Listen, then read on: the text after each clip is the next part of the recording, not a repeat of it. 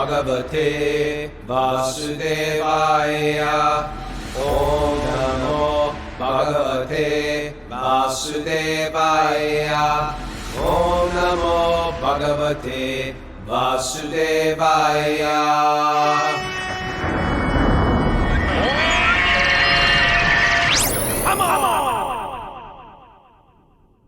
Live from New York City, this is Wisdom of the Sages. I'm your host today, Kaustubha Das. My co-host is in Jagannath Puri, Raghunath, and we tried to do it with him this morning, but the internet connection was just basically his voice was incredibly garbled and stretched out, and it didn't work. He may come in the middle of this; it's very possible. But I'm just going to get it started on my own, and I'm bringing in a couple of friends from our others today to get it started. But welcome everybody. We're reading Srimad Bhagavatam today. Today is a very special day too. It's Diwali, and so here with us today we have the bright light of Vermont, Kelly Skinner. Kelly, hello to you. Haribol, Haribol. Not a sufficient replacement for robotic Ragu. It wasn't just a robot, but it was like a robot on drugs or something like that. But thank you for joining me. And Amrita Kishore, formerly known as Akiko-ji, but recently initiated. Good morning to you. Good morning. My videos are disabled, it says. So, oh, yeah. Okay. Am I the only one that can undisable that? Yeah, if you would make me co-host, I will take care of letting people in from the waiting room. Oh, great. Done. Yeah. Look at you guys taking up all kinds of responsibility. Thank you. So as far as announcements today, honestly, I don't know what. I was counting on Mara for that. I assume there's a Bhakti recovery meeting. I don't know. They probably at a certain time. Maybe if someone knows that, they can help me with that. But otherwise, let's get right into it. First of all, I just want to say happy Diwali to everyone. Today is Diwali, which is I just heard that that it's being made. Maybe it's not this year, but by next year, it's supposed to be like an official holiday in New York City. Yep. The mayor is working on that. You heard that? Yep. TG? For the school. Yeah, they'll close the schools and everything, which is interesting. And it's a big day. They call it the Festival of Lights. It's originally there's many meanings to it, and people celebrate it with different ideas. But especially it has to do with from the reminder when Lord Ram, after all of the struggle that he goes through, and he recovers Sita from Lanka, and then they all kind of get on like this flower airplane, and they're flying back to Ayodhya, where he's from, after his 14 years of exile. And it's the darkest night, I think, of the year. And on that night, everyone in Ayodhya lit up lamps, and that way, as they're coming into the city, they can see where to go. But there's many meanings to it, especially it said that, when you light this lamp, it's similar. It's a way of calling, calling the Lord into your heart, calling the Lord into your mind, and saying, please, please come and settle here, But it's a beautiful holiday. Are you two up to anything today? Amrita Kishore, are you going to the Bhakti Center or something? Well, I'm debating. I'm still recovering from the foot surgery, so. Oh yeah. I'm debating. I'm gonna see how I feel after work. I have a feeling you'll probably go. I know you. You're a pretty social person. No, I'm definitely not. I'm overwhelmed with the big crowd, so we'll see. But Ambika Mataji's dancing, and I definitely want to see that. See her. And Kelly, any plans for you? Kirtan tonight? Something going on? We had a big kirtan last night. We had a program in kirtan at the studio I teach at. But now you're inspiring me to maybe do a little gathering with a few. The Mathis and the twins, Eva and Julia, are in Vermont. They're at the Waitsfield Inn right now, and I met them in New York. They're such sweet souls, just such new inspired devotees. So maybe we'll do a little something too. Okay, I mean, good. Got to share the light, right? That's right. And when we say share the light, there's a lot of ideas. Like it's kind of a new year. It's kind of seen that way in India. A lot of times people like to kind of repaint their house. They do different things, but it's also like maybe a real nice thing that people can take from it is and maybe other cultures do this too with their conceptions of New Year. But it's kind of like you let go of like all the kind of whatever animosities that you've been keeping. Like those things happen in our relationships. Like something goes a little wrong, and you feel a sense of resentment, and those are things that you can carry with you for your whole life and even die with them. And a lot of times when someone dies, and then you feel bad, why didn't I let it go? Why didn't I apologize? Why did we maintain this? So you set a day in the year, like this, this day that's a day of light within the mind, a day of light within the heart. And you say, you know what, let's just drop it. And when everybody kind of understands that, then two people that are really friends that have been going through some stuff, they can just say, yeah, it's Diwali, let's drop it. It's no point, and you let it go. So maybe that's something everyone can think about today, and try to do for Diwali, make it special. Beautiful takeaway, Kastuba. Anyone you got major resentment against? Tell the truth. Me? Yeah. That's what I'm working on. I really believe that resentment is like trying to poison someone else, but you poison yourself. It's so true. It's so true. But you got a pretty pure heart, so I'm not too worried about I don't know. I have great teachers, Prabhu. Okay. So let's get into Bhagavatam. We do have a quick announcement. We do have an announcement. Okay, great. Yeah, the Bhakti Recovery Group, there's one at 1 p.m. and 3 p.m. today. 2 Bhakti Recovery Groups. Great. Okay. Narayanam namaskritya naram chaiva narottamam devim saraswatim vyasam tato jayamudirayat. Before reciting the Srimad Bhagavatam, which is the very means of conquest, one should offer respectful obeisances unto the personality of Godhead Narayana, unto Narayana Rishi, the supermost human being, unto Mother Saraswati, the goddess of learning, and unto Srila Vyasadeva, the author. Nasta prayeshva badreshu nityam bhagavata sevaya bhagavati utama shloke bhaktir bhavati naishtiki. By regular attendance in classes on the Bhagavatam, and by rendering of service to the pure devotee, all that is troublesome to the heart is almost completely destroyed, and loving service unto the personality of Godhead, who is praised with transcendental songs, is established as an irrevocable fact. Om Agyana Timarandasya Gyananjana Shalakaya Chakshur Unmilitam Yena Tasmai Shri Guruve Namaha. I was born in the darkness of ignorance, and my spiritual masters have opened my eyes with the torch of knowledge. I offer my respectful obeisances unto them. All right. So I believe that we are in chapter 4. I'm sorry, Canto 4, chapter 28. And I think we read text 25 last. Does that make sense to everybody here? Yeah, I think we text 24 or 25. So why don't we read text 25 and just start there? Because there's something so nice here. We're reading about how, again, this is an allegory, but we're hearing about how the soul in the form of King Puranjan is at the moment of death. He's being the city, which represents his body, is being attacked, especially by time, and time, old age, disease, and so on. He's getting pulled out of the body. Along with him goes his life heirs, the prana. Along with him goes his desires, and the different aspects of his mind are being carried from one body into the next. But he's right at that painful moment now where the city's collapsing, his body's going down, and he's getting pulled out by time. And this verse in this chapter, text 25, it gives a bit of foreshadowing of something that's going to come later in this chapter. I was mentioning last week, it's really one of my favorite passages in the Bhagavatam, where the king is going to, in his next birth, in his next life, he's taking birth as a woman.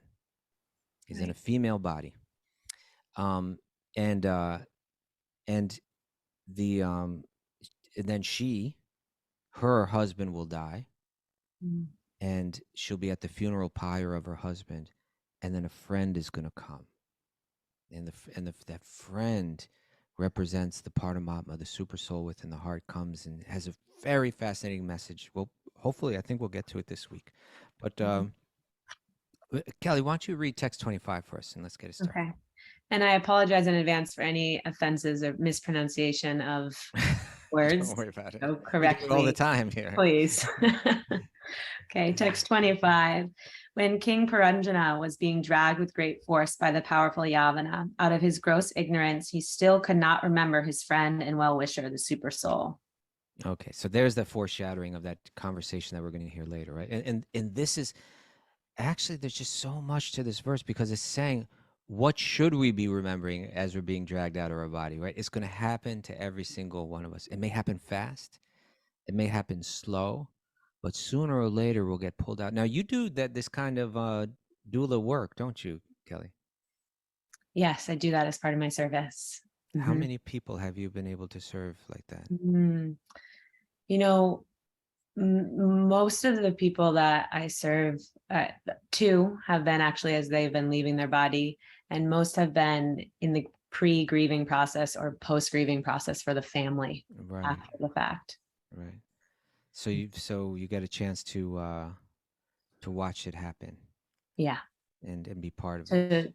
Yeah, to walk beside, to stand beside her.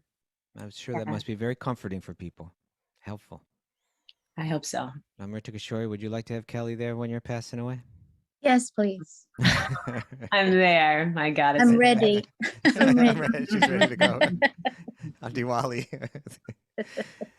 And so this, there's a clue in here about life, is like, where should our mind be in that moment? And it's saying, out of his gross ignorance, it's been covered, that realization that one. I would imagine that if someone doesn't have a Kelly Skinner right there as they're passing away, someone helping them, reminding them of their own spiritual nature, reminding them of God, that they can feel very alone, because you maybe you're looking at your family members or people that have been close to you, and you're going one direction and they're staying right where they are. And so the companions that you've had in life, the gravity of that moment must be it can be, I'd imagine, terrifying that now I'm all alone. They're all staying behind, and I don't know where I'm going. And so if at that time you remember you have this friend, now there's a phrase here, sakyam, sakhayam, suhridam puraha. So sakyaham means a friend. There's really, in Sanskrit, it would have been wonderful. Yesterday we had the interview with Radhika Raman with Dr. Ravi Gupta. And it would be wonderful to have him right now to get into the Sanskrit. But from what I understand, in Sanskrit, there's many different words for friend. It's not like, we have them too. Like, we have friend, which is kind of like generic. And like, what other words for friend do we have? In English or in Sanskrit? In English. Buddy. Okay, buddy. So like pal, like buddy. Pal and buddy are pretty similar, I think, right? But they indicate a different kind of friend, right? Like, if someone's your buddy, they're a more intimate friend than someone that might just be a friend, right? Like, right? So you have buddy, you have pal, and I'm sure we have other words for friend. Acquaintance, or acquaintance. Confidant. Yeah, maybe. Mates. Mate. Yeah, so many different. Mates. And so in Sanskrit, there are many different words, and they indicate different levels of intimacy or different nuances in friendship. Sometimes you have a friend, but like, you're a little older and you're a little protective of the friend, or you have a friend that's like maybe protective of you. That's like, a different type of friendship. Sometimes Krishna has some friends that are like involved in his romantic pastimes, that they play a role with the girls and everything like that, and they're privy to that part of his life. And then he has other friends that aren't, that's more just like, they have their own, it's just among the guys, and so many, there's so many different ways. So here there's the word sakyam is used to indicate friend, and also suhridam. And suhridam means a friend, but here in the translation we're getting, it means one who wishes you well, someone who's always within their heart, they always want good for you. And so the phrase here in the verse is sakyam suhridam puraha, that he had this friend, this well-wisher, and puraha. Puraha means like, it can mean something that's out front, or something that, came first. Here it's being translated as from the very beginning, right? That from the very beginning, from his sojourn in this material world, he always had a friend with him. He always had someone wishing him well. and that's the Paramatma within the heart, the super soul, the God accompanying every living being is moving around with us. But he couldn't remember that, and that's what we're meant to remember. You cultivate remembrance of that as you move through life. It purifies your mind, it purifies your consciousness. That divine presence, if you're aware of it in the heart, if you feel it in the heart of yourself and others as you move through life, it's kind of like uplifting your behavior, uplifting your thoughts. This is where the yogis go, when they practice Ashtanga yoga up in the mountains, sitting in the caves. They want to still their mind, and they want to focus the mind on one point. And so they have all these different yogic techniques to do that. But traditionally, what they're looking for was they're trying to contact that Paramatma within their own heart, and then open up the meditation on that form, open up the conversation on that form. We were talking last week about like kind of opening up this conversation, like getting prayerful. Do you ever speak to God in the heart? Oh yeah, every day. Oh, very good. Very good. Every day. Yeah, well, you explained that so beautifully. It's just like this waterfall of nectar coming out of you, Kastuba. I got a couple takeaways out of that. Okay, good. Amrita Kishore, how about you? I talk to him all the time. Really? You guys are better than me, I think. What? Do you kind of regulate it in any way? Like, do you say, okay, when I wake up, I want to talk to God in the heart. When I go to sleep, I want to talk to God in the heart. Do you do that? I don't. It's just, it comes, I don't know. You're It's always like, spontaneous. yeah. It's like having a roommate. I'll tell you something.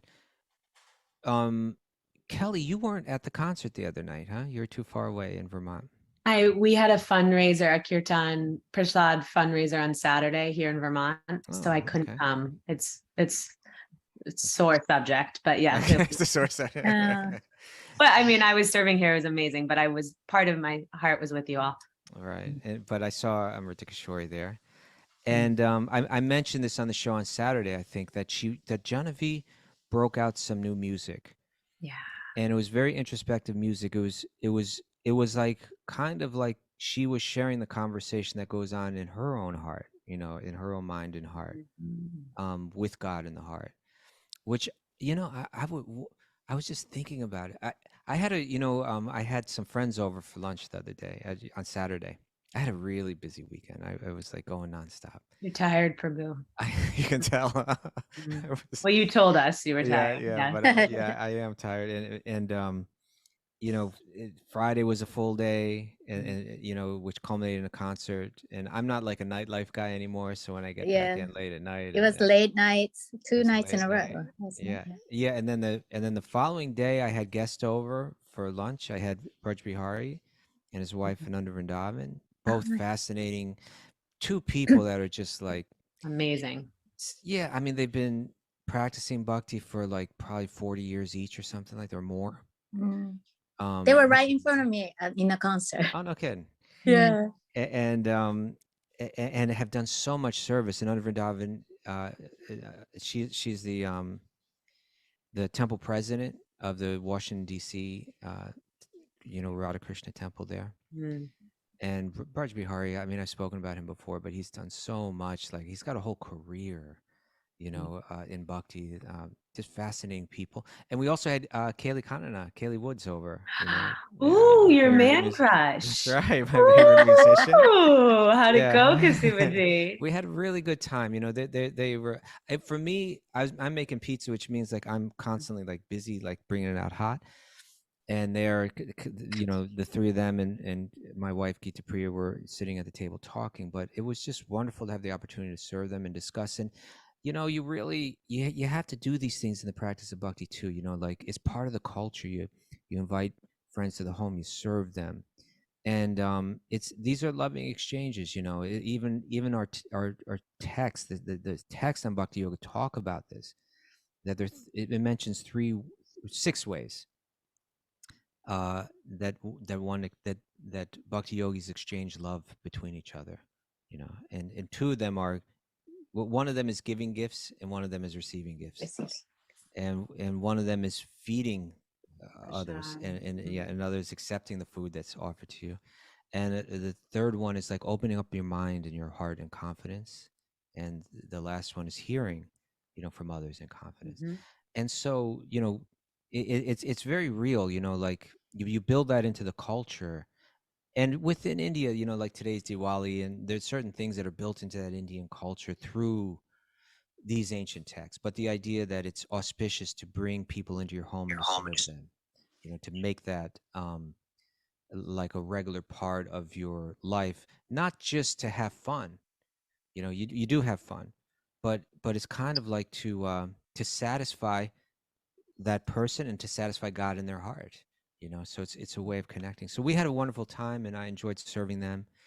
But then that was a long day, and then there was the Bhakti Center had a fundraiser, beautiful Yes, event. it was beautiful. I tuned in virtually when I got back from our fundraiser in Vermont, and it's so powerful. And You want to talk about another great guy is Joe Carini, like who it was in his like really cool kind of I don't know if avant-garde is the right word, but it's like the kind of this cool carpet showroom he's got. I was wondering where that was. It was like a great room with these massive carpets on the walls. Yeah, so it's a really cool atmosphere. You got these beautiful carpets that he designs and has made in Nepal with like all these special natural pigments and everything. So anyway, that was another late night. And then yesterday I got up and did the interview, and then I ran downtown, and it was like in meetings for the Bhakti Center from morning until I think 9 o'clock or something like that. So why am I talking about me being tired? How did we get here? Oh yeah. Oh, so in any case, right. Genevieve, she was singing these songs. She broke out these new songs that I did speak about it on Saturday. But those conversations, I was watching that and I was thinking, I was speaking to Kaylee about this and saying, I don't know if I've ever heard music quite like that before. I don't know, particularly in the English language and within the realm of like popular, a type of popular music.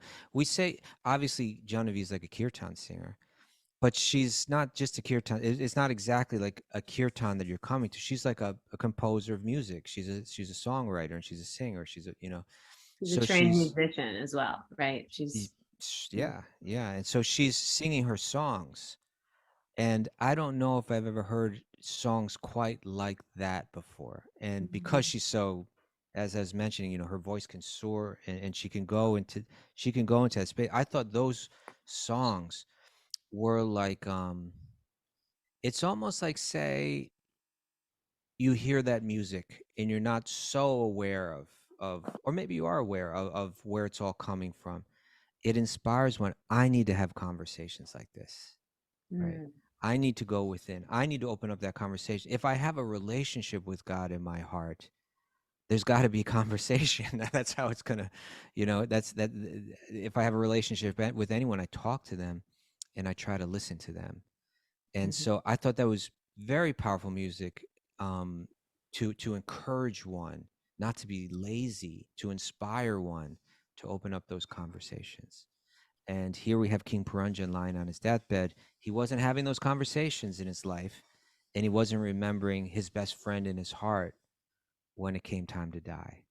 Now, this is what Srila Prabhupada writes in the commentary. He's part of what he writes. He says the word sakhayam, friend, is very significant in this verse because God is eternally present beside the living entity, right, within the heart, right next to him. The Supreme Lord is also described as Suhridam, ever well-wisher. The Supreme Lord is always the well-wisher, just like the father or mother. Despite all the offenses of a son, the father and mother are always the son's well-wisher. Right? It doesn't. This is the nature of parental love, right? In romantic love, there's less of a chance of that, right? In like friendship, that flavor of love, we may be less tolerant of the offenses of the one that we love. But when it comes to parental love, no matter what the kids do, even if the whole world, right, even if the kid grows up to be a serial killer that like is just like the enemy, public enemy number one, the mother, she still loves, she can only see the good, so here Prabhupada's saying that's what the Paramatma is like, no matter how many offenses we've committed, no matter how many times we've turned our back on that friend, ignored that friend, offended that friend, you know, just the love is still there. So similarly, despite all of our offenses and defiance of the desires of the Supreme Personality of Godhead, the Lord will give us immediate relief from all the hardships offered by material nature if we simply surrender unto him, as confirmed in the Bhagavad Gita.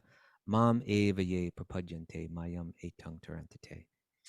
Unfortunately, due to our bad association and great attachment for sense gratification, we do not remember our best friend, the Supreme Personality of Godhead.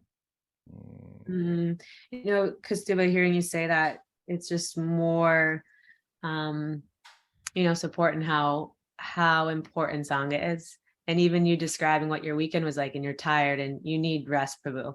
You need Okay, rest. thank you. You need rest, because that's a lot of social time. And my sense is that you also really need that space to go in, right? Okay. But everything you were doing had Krishna at the center. It was that's you're right. That's the blessing of, if you put yourself in the middle of those kind of people, then it just starts to take over your whole life without you even trying. It kind of brings your mind there. And even though your material body was tired, you were carried with that. I have been carried. Yeah, it's nice that there's a beautiful feeling. I suppose it's there for anyone doing something that they feel is important and good and worthy. If you're engaged, you know, we can waste our time. We can spend the time in trifles, or spend unwisely, waste time, and that generally makes us feel kind of down. It's kind of like depressing. But if you give of yourself for something that you feel is good, and you expend all your energy in it, you feel tired, but you feel good. And particularly you feel fulfilled, and particularly within the realm of bhakti, that feeling of exhaustion after a long day of service, but exhaustion blended with a kind of,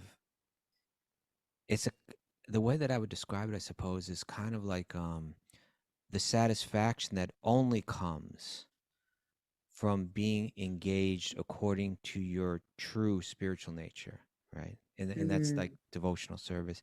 There's a beauty, there's a satisfaction in that is just one of the most wonderful experiences. And if you can get a little addicted to that, I tell you, the bhakti yogis that I've known in my life, and the ones that I really admire, I see that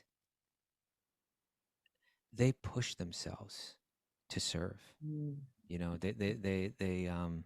and I don't want to I'm not saying that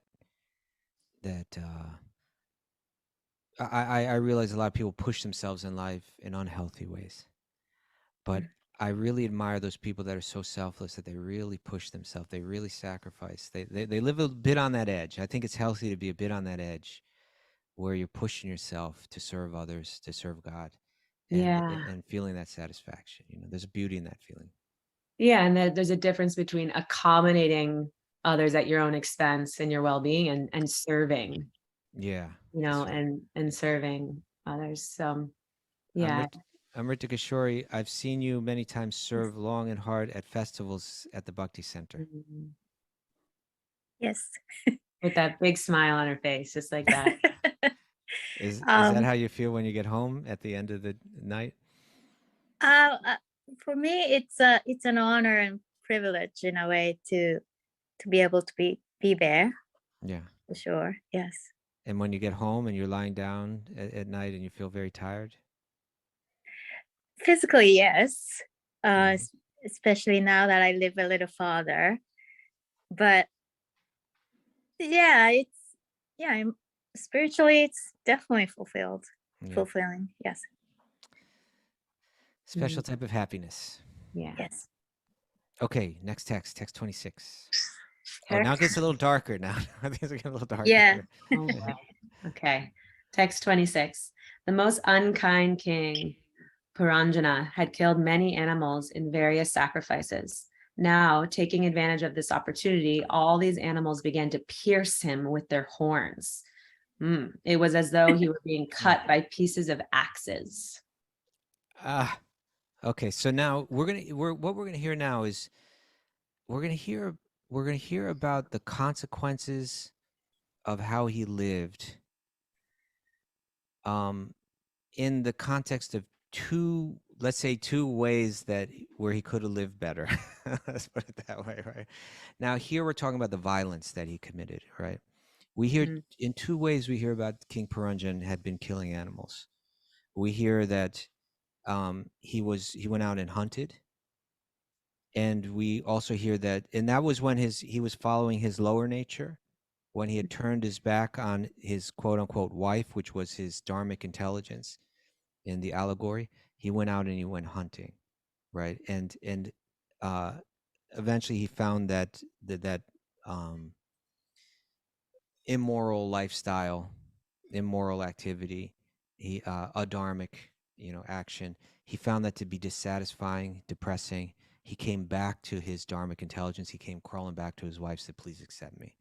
So then he was engaging in dharmic lifestyle, cultivating good karma. But even there, he was doing it through this ritual that involved the killing of animals. So what Narada is telling the king now is that you accrued a lot of bad karma through that, right? He's telling him through a story. He's telling the story of this fictional king, and he's saying he accrued bad karma through animal killing, and then you have to pay for it. There's no getting around it. So one is animal killing, and why don't we read the next two verses, because they're going to cover the next subject. Okay. Text 27. Due to his contaminated association with women, there's a trigger. I wanted to give a trigger warning before. Go ahead, read it again. Read it again. I'll just repeat that trigger. Okay. Text 27. Due to his contaminated association with women, a living entity like King Puranjana eternally suffers all the pangs of material existence and remains in the dark region of material life, bereft of all remembrance for many, many years. Text 28. King Puranjana gave up his body while remembering his wife, and consequently, in his next life, he became a very beautiful and well-situated woman. He took his next birth as the daughter of King Vidarbha in the very house of the king. Okay, so that's his next. He's getting pulled out of the body. He's going to take birth. I guess he's going to take birth according to his good karma. He's going to take birth, kind of as like a princess, and but he's going to have to suffer his bad karma first. And so we're hearing about like where did he go wrong? How did he become controlled? And two things are being mentioned here. Now, I mentioned a trigger warning, and the way that it's phrased is I think a trigger. It said contaminated by association with women. Really, what we're indicating here is that he was too much obsessed with sexuality, right? With sex.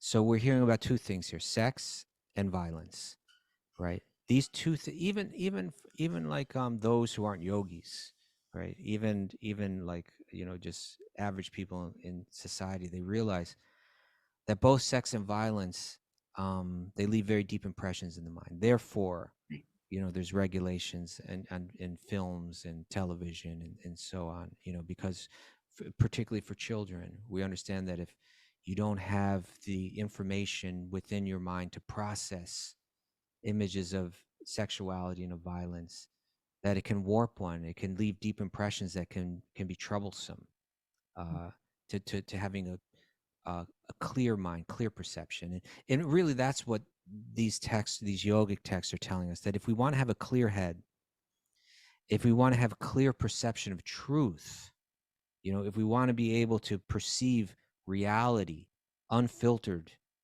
through attachments, then we have to engage very carefully with these two, with violence and sex.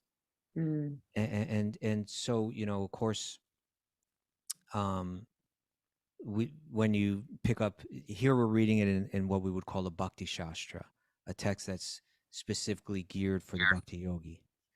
But we could also go to a text like the Yoga Sutras, right? Now, the Yoga Sutras, they in a sense, they speak of bhakti because they almost they indicate a type of yoga wherein one surrenders themselves to God as being a faster, easier path. But much of the Yoga Sutras also talk about that Ashtanga yoga, where one is like based on their own yogic determination, controlling the mind at extreme levels. Mm-hmm.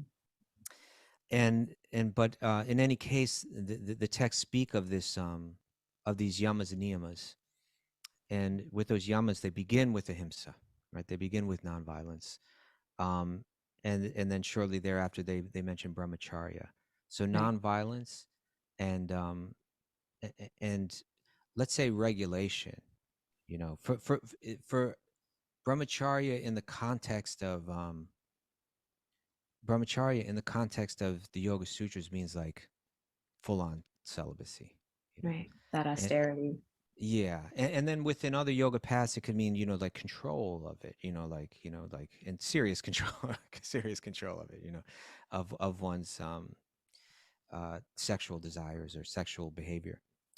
But there's a lot of, you know, these we live in a world where people challenge the need for this. I think maybe less so with violence. Like we all think, okay, violence is wrong, but actually it doesn't take much for us to begin to feel like it's justified in different circumstances, or to become callous towards it, or to become callous towards our own participation in it, and particularly in the realm of how we treat animals. But also that brahmacharya, you know, like what is gained through it. Like these texts speak of it. I have, you know, in the Yoga Sutras, it lists all the different yamas, and then it lists that there are different benefits that one gets from practicing those. You know, like brahmacharya, it says that upon establishment of brahmacharya, through controlling one's sexual drive, that power is obtained, right? That you become like powerful. And, you know, I really have seen this. I have a little something from the commentaries on it that Vyasa commented on this. And Vyasa says that he states that when celibacy or brahmacharya is established, a yogi perfects his or her qualifications without obstruction. Established in celibacy, the yogi becomes capable of imparting knowledge to disciples. Otherwise, the words of wisdom of an incontinent person, says Hariharananda, another commentator, they do not go deep into the mind of a disciple. I mean, this is very interesting, right? It's the different kinds of power. We see that through celibacy, the yogis obtain all kinds of powers, but here saying even the ability to speak or to communicate truth, it becomes a power is generated through controlling this desire, which generally controls us. Right. Right. Generally, we tend to become controlled by our sexual desires. It controls our mind. It controls our behavior. But if someone could say, no, I'm going to take control. Right. I'll either refrain or I'll use it very carefully. I'm taking control of this. Then actually you develop power. And I've seen this in my life. You know, I've seen people that two people can say the same words, but for one person, it changes the lives of thousands of people, right? Yeah. One person can parrot them, but another person can speak and it penetrates, you know? Right. Yeah, I really appreciate what you're sharing here, Prabhu. And it makes me think of our four regular principles in Bhakti, and how at first hearing them, where I had any resistance to them, feeling like, oh, I'm being controlled by this or something like that. But a shift happened when I started thinking about they actually lead to freedom, right? And then you're saying no meat eating, it allows for compassion. Right? It allows for compassion. It allows for, you know, it's interesting when here Prabhupada, he's writing in the commentary, the word here for meat is mangsa. And Prabhupada says that, let me see if I can pull this up. He says that those who are very enthusiastic about killing animals in the name of religion for food must await similar punishment after death. The word mangsa, meat, indicates that those animals whom we kill will be given the opportunity to kill us. So the word mangsa, mam means me, and sa means he. And so it's indicating that, like, just as I'm eating him now, you know, in the future, he will eat me. And so within that Vedic culture, a lot of that is built in there too. That this conception, it's saying if you are to eat meat, deeply consider this. Deeply consider that there's no getting around this karma. But then these texts speak of, like, say, ahimsa, right? Like, and when the Yoga Sutras speak of the benefits of ahimsa, or the power that one gets through ahimsa. And this has always been one of my favorite sutras in the Yoga Sutras. But maybe we'll end here because we run out of time. But this is from the second chapter of the Yoga Sutras, sutra number 35. And it says, in the presence of one who is established in nonviolence, enmity is abandoned. Right. And that's power, like, in other words, that if someone can deeply embody the idea of nonviolence, and that means more than just like, I don't physically harm someone, but even the idea that I've embraced it so deeply that I move through the world trying, not harming anyone, not even harming them physically, not harming them emotionally. That this has become such a principle that I live by, such a principle that I embody. That person, according to the Yoga Sutras, in the present, like, in other words, they create like a zone around them, like, in the presence of one who is established in ahimsa, established in nonviolence, enmity is abandoned, not just within them, but in others, within the people that come around them. Their influence spreads. And I tell you, I've seen this. I've seen this in life. I've witnessed, like, for instance, I've seen people feel intense animosity towards others. And then when they come into the presence of someone who doesn't, you see, because let's say there's a sadhu, let's say there's a person that's like deeply living by these yogic principles, including ahimsa, and let's say he or she, they become admired by other people. They think that's such a good person. And then when that person is feeling enmity in their heart, but they recognize that I can't justify or rationalize this enmity within the realm, within this person's realm, then I have to drop it. My behavior has to change. My attitude has to change. Right? I've been, influenced by that kind of thing. I want to be influenced by it more. And I've seen it. I've seen it even in other people that were bearing hostility towards me, that in the presence of a deep sadhu, that they had to let go of their animosity towards me. I had to let go of my animosity towards them. It's a really beautiful principle. And so Simon Haas' book talks about that too. Yeah. What does he say? He had he used to be a lawyer, I think, and he had a very aggressive boss or colleague, and he was ready to write very kind of attacking email, and then also CC'd everybody in the firm, kind of thing. And he was ready to do it. He was about to explode, and he wanted to just call her out. And right before he said he wanted to click send, he decided not. And then he actually edited the whole email appreciating her contribution and achievement in the firm. And whole relationship has changed since then. Nice. And what did he think of? Was there some sadhu that influenced him or something? Did he remember a person that's like he didn't say it that way. Okay. I don't think. It's been a while since I read that part, but it had definitely a big impact on me to remember. So because it's making you feel that way too. Yeah. No, to me, yeah.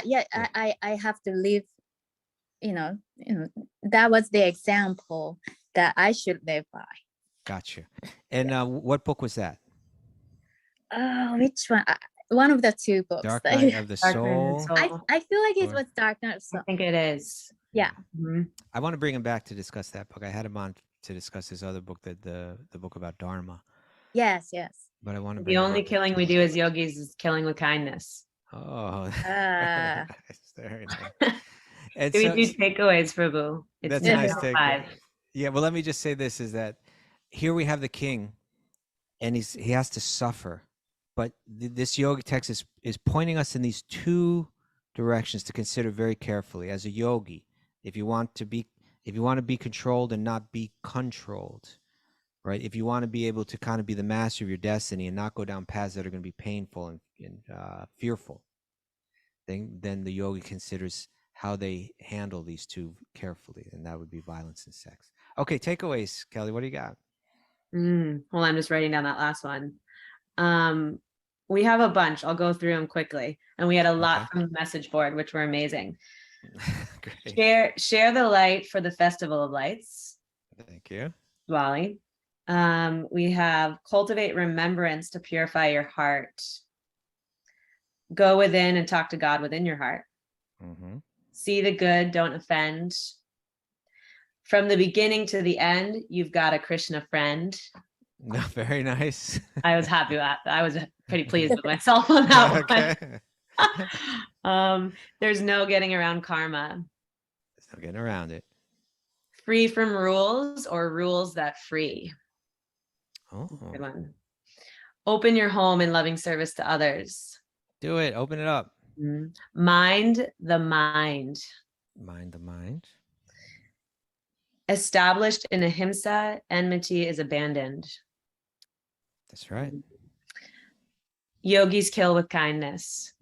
They do. Control, don't be controlled to be the master of your destiny. Mm-hmm. And yes, no more mamsa or he will eat me.